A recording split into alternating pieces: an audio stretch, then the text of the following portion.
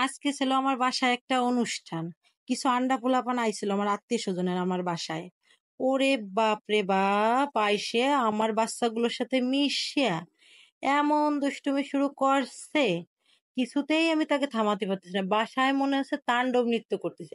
এত বলতেছি, "ভাই তোরা থাম, থাম, থাম।" কিন্তু কে শোনে কার কথা? থামারই কথা নাই। কোনো উপায় না পাইয়ে শেষমেশ আমি তাকে কলাম কি, "ভাই তোরা থাম। তালি তোকে আমি ভালো কিছু খাওয়াবানি।" কিন্তু এই কথা বইলে আমি তো পড়ে গেছি বিপাকে। কারণ আমার কাছে তো টাকা নাই। খাওয়াতে হলে তো টাকা লাগবে। আমার কাছে টাকা থাকবে কোনটা? আমার কিপটে বিটা সে তো আমার টাকা পয়সা দেয় না। টাকা না থাকলে কি হবে? কথা তো দিয়ে ফেলাইছি। আর এইসব ডিজিটাল পোলাপানরা কথা দিছি কিন্তু রাখবো না। তাহলে কি এরা ছাড়বে না আমারে? কোনো উপায় না পেয়ে দৌড়াইছি রান্না করে। দেখি কি পাই রান্না করে।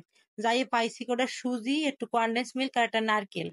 দেখি এ দিয়ে কিছু একটা বানাই খাওয়াই এগে থামাবো ওখানে। এবার চুল ওখানটা জ্বালাই একটা ফ্রাই প্যান বসাই দিলাম আর দিয়ে দিলাম হাফ কাপ সুজি। এবার চুলোর হালকা ফ্লেমে এই সুজিটারে ভালো মতো ঘুটানাটা ঘুটানাটা করে ভাজাভাজি করে নিচ্ছি, যতক্ষণ না এতে একটা ভালো গন্ধ আসতেছে, মানে সুঘ্রাণ যারে বলে।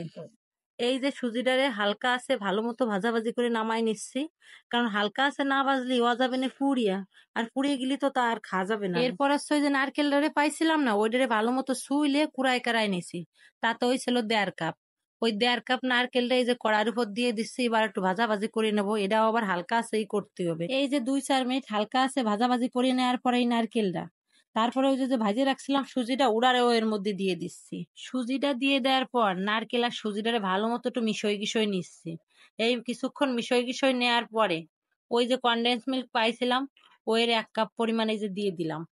এবার কনডেন্স মিল্কটা দিয়ে দেওয়ার পরে এই 3 ডেরে একসাথে ভালো মতো ঘুটানাটা করে ভাজাভাজি করতে থাকতে হবে। ততক্ষণ পর্যন্ত ভাজতে থাকতে হবে নাড়াই চাড়াইয়ে, যতক্ষণ পর্যন্ত এই ডোডার কড়াইর সাথে প্রেম ব্রেকআপ হইয়া খুন্তির সাথে নতুন করে জোড়া না লাগে। মানে ব্যাপারটা বুঝতে পারছেন? মানে কড়াইতে উঠে আসবে আর খুন্তির সাথে লাগিয়ে যাবে। সেই পর্যায়ে বুঝতে হবে এইটা হয়ে গেছে। দেখেন এই মিশ্রণটা 2 নাম্বারই খেলি দেখেন। এতদিন ধরে কড়ার সাথে এইসব প্রেম গড়াগড়ি খালো, এখন কড়ার সাথে ব্রেকআপ করে খুন্তির সাথে জড়াজড়ি করতেছে। এই 2 নাম্বারই দেখি আমার আর সহ্য হলো না, একদম কড়াইতে স্রেফ নামাই ফেললাম এইটারে।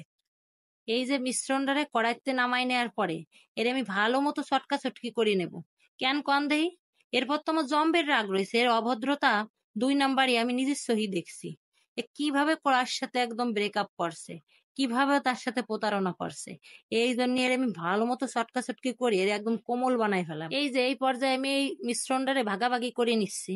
কেন কন দি এত একটু কালার কুলার মিশিয়ে নেব, কারণ এগুলো তো আবার ওই যে আন্ডা বাচ্চা গুলো আছে না, ডিজিটাল ফুলাফান, ওরা খাবে। অগেদের তো আবার একটু ভালো দেখতে না হলে ওকে আবার মোস ফেনানে।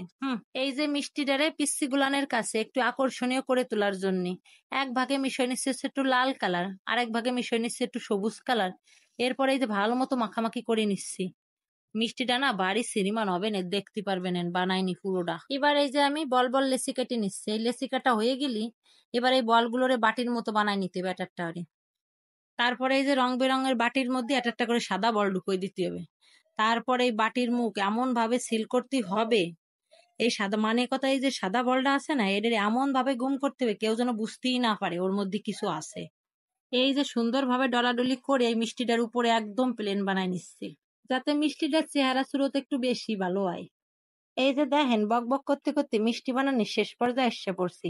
আর এই যে ছোট ছোট হাতগুলান্ডে দেখতে পাচ্ছেন, এরা এই শ্রীমান মিষ্টি দেখে মাথা ঠিক নেওয়ার জন্য আঁকপাক করতেছে। কিন্তু আমি বলতেছি করে তোরা থাম থাম, আমার একটু ফটো খাটতে দে। কি আর কব, দুঃখের কথা, এগে জ্বালা আমি একটু সুন্দর মতো ফটোও খাটতে পারলাম না। এমন শ্রীমান মিষ্টি বানায় তা যদি একটু ফটো খাটতে না পারি আর ফেসবুকে আপলোড না দিতে পারি, তাইলে কান্দি দেশবাসী আমার গুণের কথা মানে আমার সারের কথা জানবে কি করে?